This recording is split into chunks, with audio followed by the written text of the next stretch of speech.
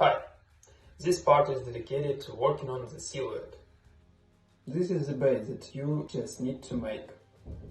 So, just do it. Seriously. Just do it! Yes, you can! Now you need to choose the right proportions for the model and bring its silhouette as close as possible to your target image. It's called reference. Just like in the art of drawing pictures, we start first with large form and gradually move into medium forms and further increase the details. The main goal is proportions. In this image you can see how to switch to proportion radio view. The next stage is symmetry and mirror modifier. Don't forget about them. First of all, it's necessary to follow the symmetry of large and medium-sized forms. This will bring your current model closer proportions to the original image. The same situation with smaller form at the stage of detailing. You can simply take your reference and run the analysis just like it's shown here. Each seemingly complex 3D model consists of simple 3D shapes. So now we just take and simplify our model to basic 3D shapes like cube, sphere, cylinder, etc. Here I set aside the necessary length and distance between the parts of large and medium shapes with segments and switch my attention to this point because I'm going to get the right proportions of my model. For example, in the second image I choose the center of the platform marked in blue, as it's shown at the first image, with a dotted line, and set aside the measurements of upper blocks according to their color. And based on this I create the measurements of the position of the wheels relative to the center in red and the block that lies between them in pink. You may have learned about linear perspective from art classes at school. If not, then Google helps you with that. Never mind.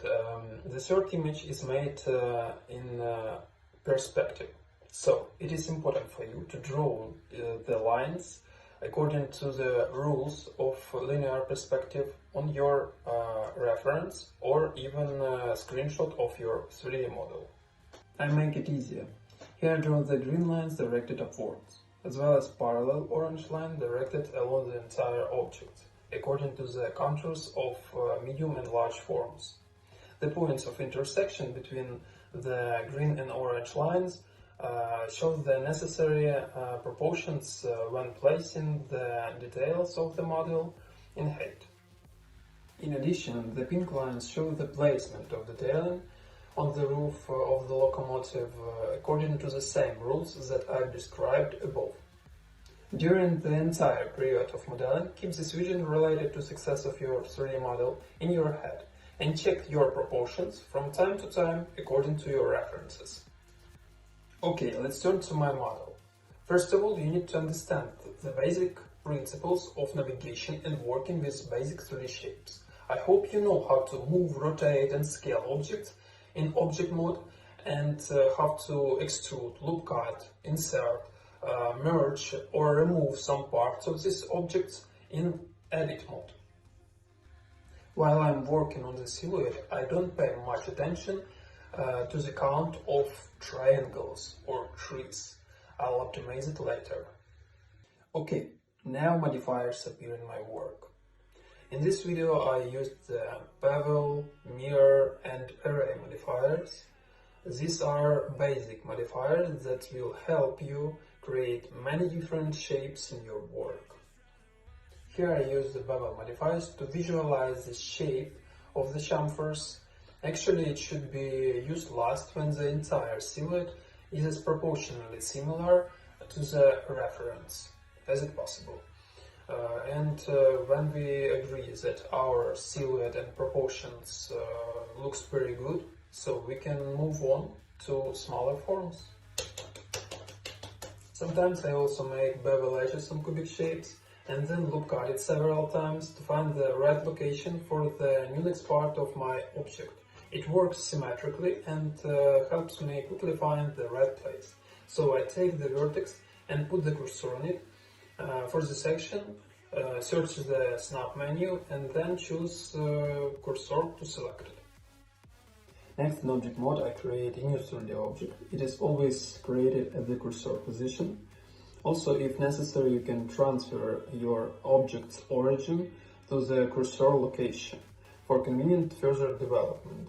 For this section, search Set Origin menu and choose Origin to 3D cursor.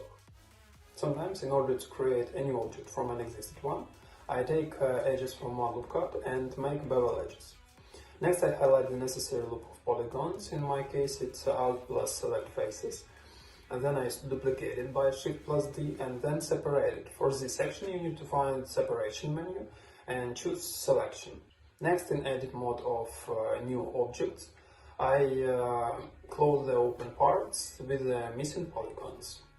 Here I select the edge and press the F button. In Edit mode, I also use vertex snapping. In this menu, you can enable it and adjust the different options that you need. So, you need to understand how to work with Origin, 3D cursor and snapping in Blender.